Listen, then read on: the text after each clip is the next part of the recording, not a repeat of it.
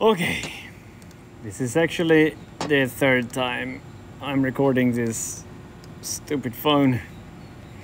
Okay, so at least a couple of guys are either on their way to buy a machine or looking into it, or have already purchased one and is just waiting for delivery. A Kimla machine, that is. I should mention that. So I thought I would do a quick overview of PCCAM, and looks like this. So let's just go ahead and start it up. It's gonna initialize some things, and then you're gonna see this. It's all basically a pop-up. Press escape and it goes away. You're gonna see some news from Kimla from time to time. Let me just get rid of all of this stuff. So this is what you're gonna see when you start up PCCAM for the first time. Depending on your machine, this will be shorter or longer. So up to your left, we have CNC control, we got your CAD and your CAM. There is some type of nesting function. I've never used it. We'll go into it briefly, but like I said, I've never used it. So let's. Did I just get a visitor? Nope, I didn't. Okay, so what you're gonna wanna do to begin with is reference the machine. In my case, that's gonna be the Z-axis and the tool carousel. And when it's done with that, it's gonna recommend you to run a spindle warm-up, especially if you're gonna be measuring tool lengths. Okay, so this tab is for controlling the machine, and it needs to be active or highlighted when jogging around it, and so on. This is gonna be your current position of the tip of your spindle. So this is gonna be your work coordinate system. So this is gonna be your Z0 and your X and Y. Base means your home position. You can save a bunch of different home positions, and yeah. So this button is for doing a manual tool change. If I click this, the machine is gonna come closer to me. It's gonna be in the bottom left side. And there's going to be a button next to the spindle that I press to make the tool come out. And I have set it so whenever I hand load a tool, it's always going to measure the length of it, even though I haven't changed it since last time, just because I don't trust myself. This button is for measuring the current tool.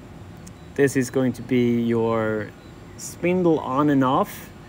It's showing gray because I have the Pro bot right now. This is going to be your tools, and if I could just click this one, it would automatically change to it, of course. Not sure what this does. Machine will set in base point at distance 20 millimeters from material. Okay, whatever that means. Going to parking position, super simple. Your vacuum control, I got 4 different zones. This is going to be opening and closing your tool storage. I got a linear and a rotary tool changer. This is going to be protection of material. This just means that if you have set your Z0, then you're unable to accidentally jog down into your material. Quite nice. Limitation of area. This is probably just so you can't jog into your own tool carousel or something. Step work makes sense. Stepping through the G code. Your current feed, your spindle RPMs, your start button, your test button. The test button does what the start button does, but 5 millimeters above the material, and the spindle will be off.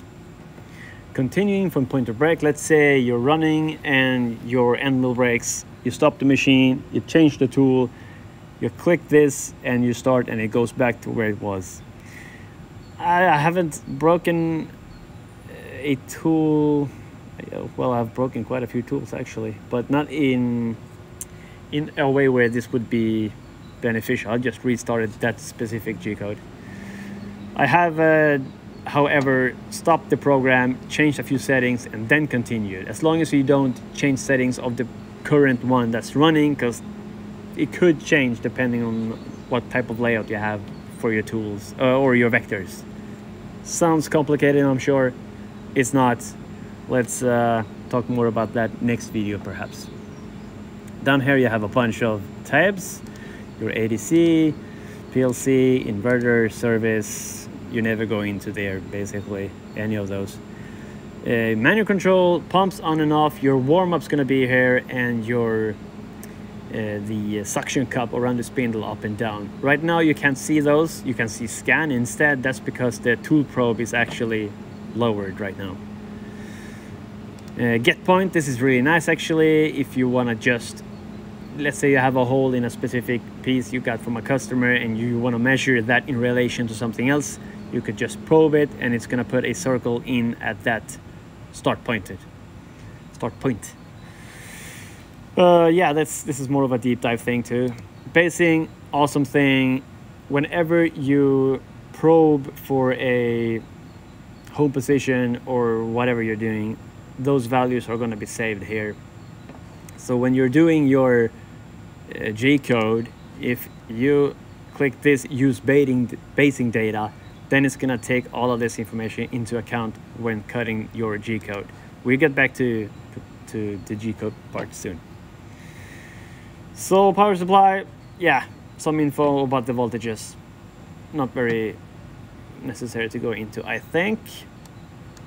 Okay, so next up is CAD. You're gonna recognize all of these things probably. You can just draw where it's gonna snap to yeah, so that it's in line. Makes sense, right? Escape. As you can see, this is just a drawing. This is not a vector you can cut. And when they're green like this, that means this line is connected to that line. This is blue because that's the end of it. It's an open contour. It has nothing connected to it. So we could actually do that, and it's going to turn green and therefore connected. We could shift it. We could put the center of position. We could drag it to the lower left. We could edge quality is probably some laser thing. I've never used it. I don't think it's for routers. You can put it on specific layers. You can scale it, resize it. We might want to do that and not have it locked in X and Y. You can rotate it, super simple. Change your Z value and so forth. You get a different bar here with different icons when you have stuff selected. Before we go into that, let's finish up here. You can draw circles and all of that's good stuff. And yeah, you can write text.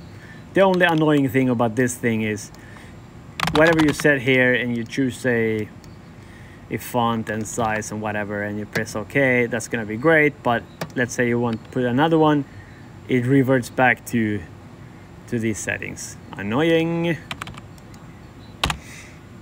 You can cut and trim and measure and all of that stuff. Basic stuff. So when you select stuff, if you want to cut this, you need to turn them into contours. Pressing this icon creates those contours.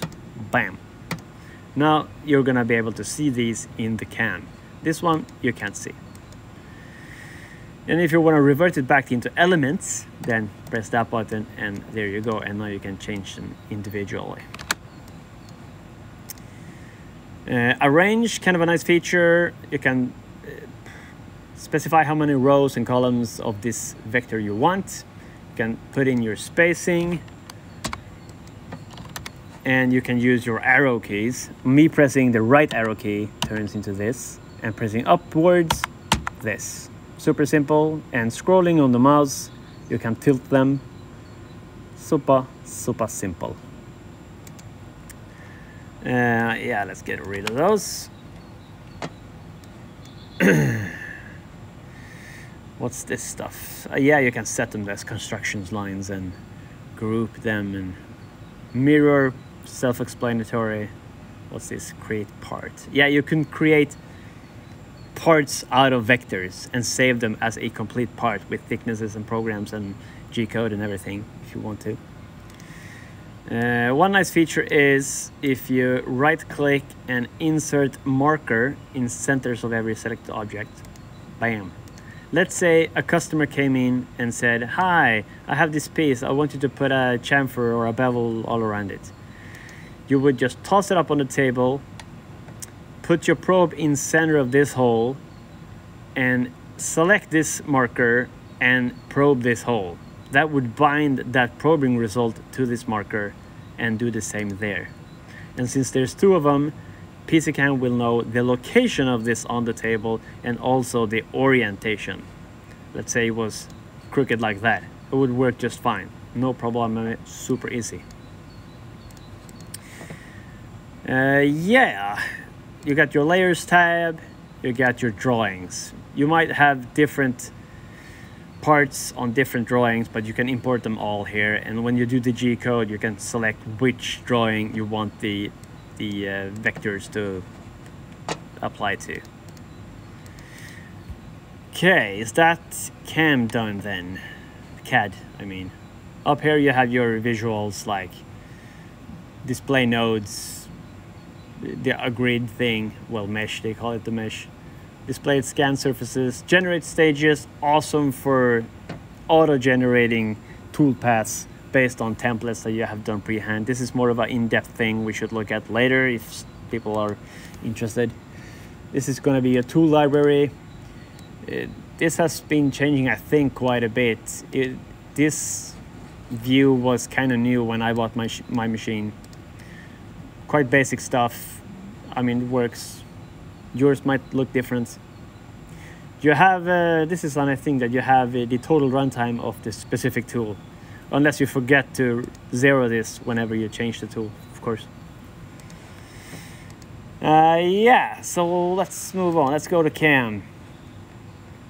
So we're gonna double click this, and this is gonna take you to this pane, and it might look quite intimidating. It kind of was actually when I first got the machine. There's a lot of parameters, but as long as you know what you're looking for, I guess it's not that bad. Up into the left here, you have your tool tab. You're gonna be selecting your type of tool.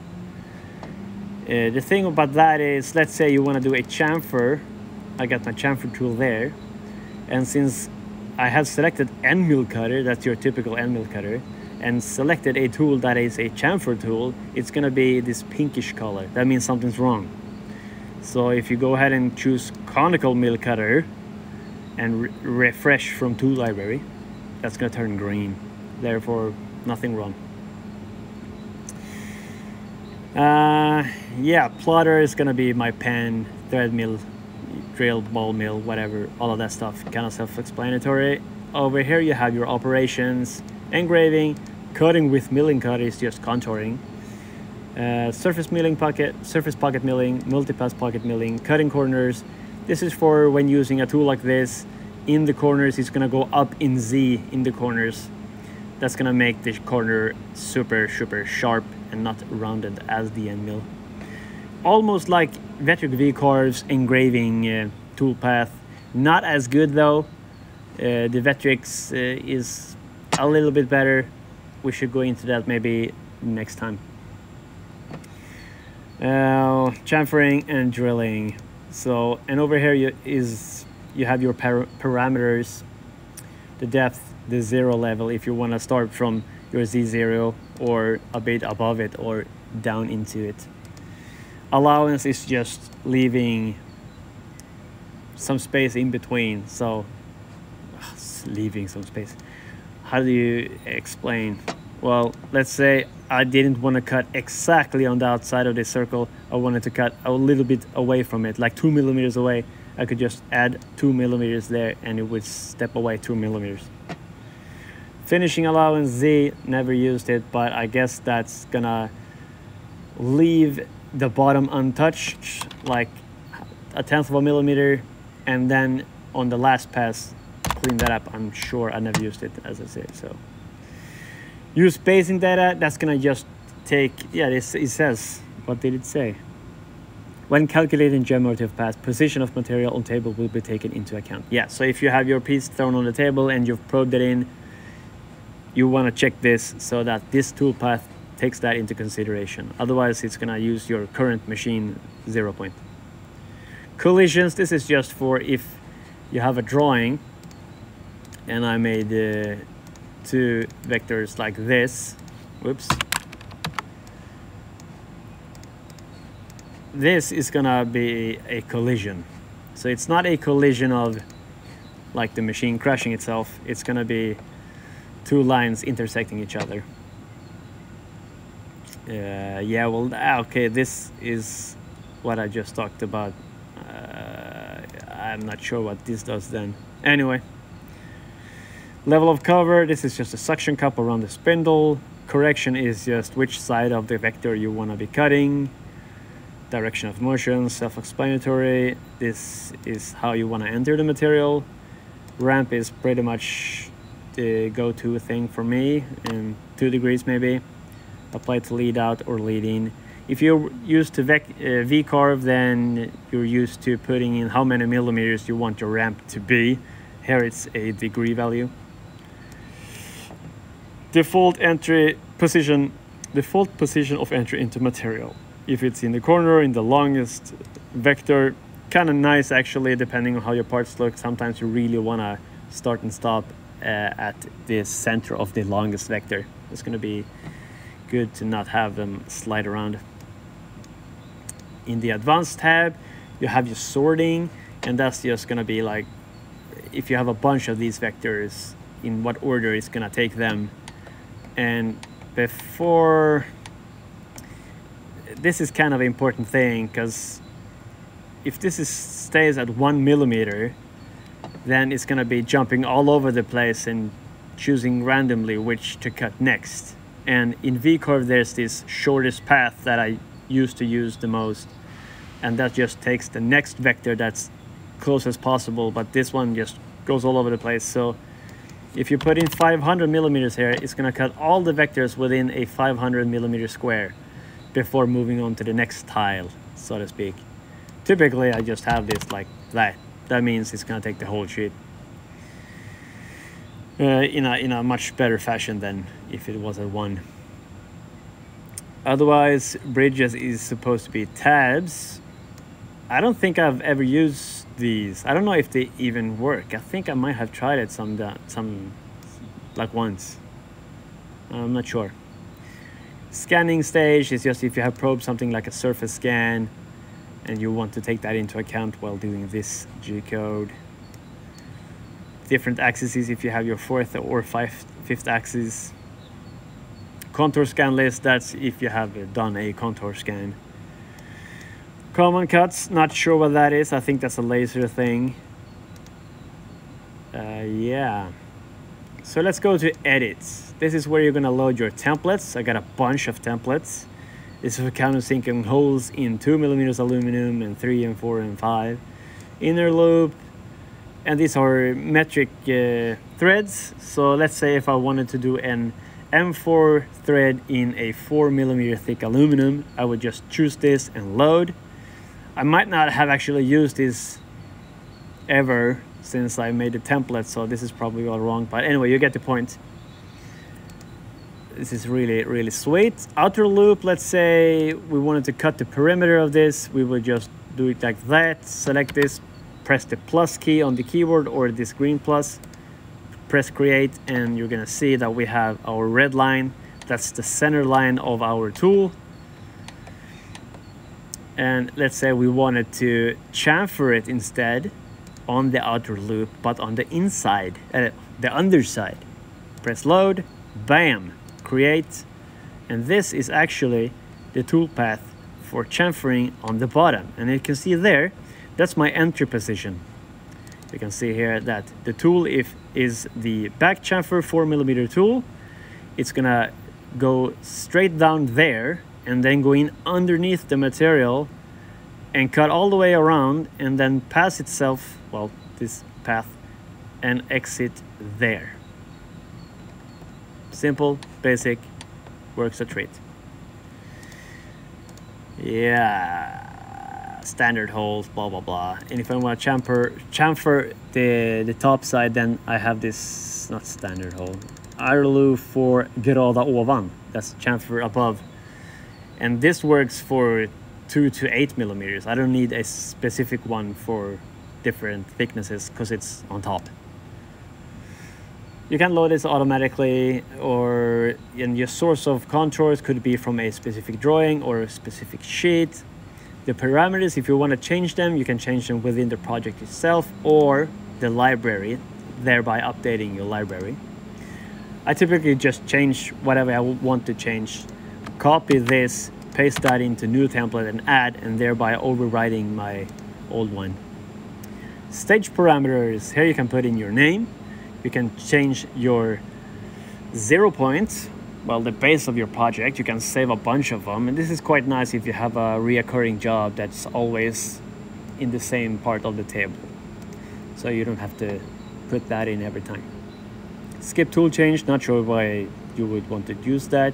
Continuation of stage, this black arrow on your left, that is indicating that when it's done with this stage, it automatically goes to the next one. If I double click it, it's going to turn white, and that means it's still going to go on to the next one, but not before asking you about it. So there's going to be a pop-up asking, you want to continue, yes or no. If it's like this, then all it's going to do is this specific G-code, and then stop. Repetitions, if you want to do the same stage over and over. Skip stage, use that all the time. You can save your specific stage to a G-code file. Translation is just if you want to use the same G-code, but you want to move the entire thing, let's say 200 millimeters to your right, or what, mirror it or whatever. Automatic contour selection. If you don't want to go around selecting your contours, but you know they're on a specific layer, you can just check that layer here and apply your toolpath to all of those. Works great. Cooling of tool, cool on or off. Control the nozzle swing, not sure. I don't have that, so yeah, I don't know. If you would want to warm up your spindle before running a G-code, then you can put that in. Solid settings, that is just this gray thing in the background here. As you can see, this gray is the exact size my aluminum sheets are. So it's just a visual thing, nice to see that I'm within the aluminum sheet. Tool length control, flippity awesome. So whenever I go for lunch and the machine's running, if it's a kind of risky toolpath I'm running, then I check this and inspection after processing. What's gonna happen is it's gonna run my G-code, and after it's done with this specific part of the G-code, it's gonna go back and remeasure the tool, and if the difference in height is more than 0.5 millimeter, then it's gonna stop. As I understand it, you're supposed to be able to specify a sister tool where it automatically puts that tool away, takes a sister tool and then redoes that particular stage. I've never tried it. I don't know if it's even possible with my version of the software, but I would be afraid that there would be a piece of carbide stuck in my material, so I wouldn't want to do that anyway. Vacuum table, also really good. My smallest vacuum zone is like this big, and when I'm cutting a whole bunch of small pieces, I typically cut all of those first and make them all ready to go. And then my next stage, it has their vectors in the position above. And then what I do on the next stage is I select section 1. That means it's going to turn off this section before it moves on to the other section. So the vacuum is going to be perfect. Well, I hope that makes sense. I'm kind of rambling, but that's what you get. Continue work after completion. Yeah, so I guess after it's done with all of your G-codes, it's going to repeat back to the first one. Return to beginning after completion. Or... yeah, okay, that's going to do what I just said. Continue work. Yeah, okay, so it's going to continue, never stop, basically. Just over and over. Set next sheet, not sure, I've never done that. Disable vacuum on work end. That only disables the zones, not the pumps. I'm actually gonna ask for a button here to turn off the pumps. Because right now I'm going into there and doing this. M101. That's gonna turn off my pumps at the end of this program. I could have asked for this for a year ago, but I just keep forgetting. I don't use it that much. Tools identification, no idea, never used it. Notes, self-explanatory. So yeah, hope that makes sense. Okay, and the nesting, I've never used it, but I thought this was more for lasers, but I'm not sure, can't comment. Okay, so I think that's about it. But before we wrap this up, let me just show you this. This is all your everything, all the settings and stuff you could dream of. Of course, you can't go around changing just anything in here. You would wreck your machine. And also, you can't because it's password locked. Reasonably so. There's a bunch of stuff you can change if you want to. And that's really nice, actually, because you can customize it which way you want. You get your M codes, your digital in and outputs, your oscilloscope. Everything's here. Literally everything. You can change, for example, your bases. You stage your default. Let's say you choose an end mill cutter, just any, and you can change your defaults for different contouring operations or whatever. Writing, surface scan, rounding, all of it, everything. Labor cost, you can set this up and it can calculate your labor costs basically, and it should be quite good if you set it up correctly, because that's up to you. There's a nesting thing, a stages generator and whatnot. Anyway, just wanted to show you that. And this is gonna be your, well, I guess a kind of oscilloscope thing for your linear drives.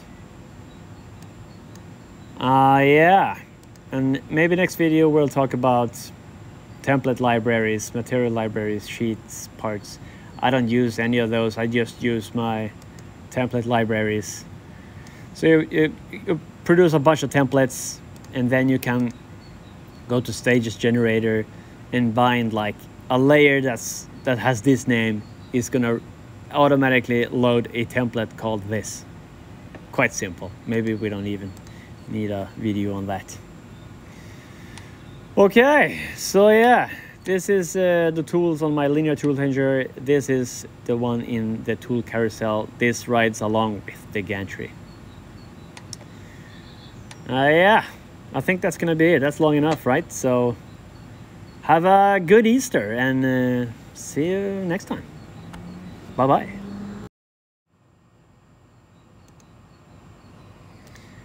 Yeah, okay. I need to show you guys the probing screen as well. I can't leave that out. Up here to your left, you have your approaching speed, movement speed, measuring speed, yada, yada, yada. And the first tab here, you're gonna be able to probe in Y positive and negative direction and X positive and negative. You could calculate your dimensions and whatnot by doing so. Not sure exactly what this does. I think you can put a bunch of points in 3D space and it's gonna probe according to those. Not sure, don't quote me. This is measuring your thickness, meeting your Z0 basically. Use this all the time. Basing is awesome. Of course, you're gonna have your typical inside cylinder, outside cylinder, your bottom left corner, bottom right, and so on, and also tilt and cuboid size.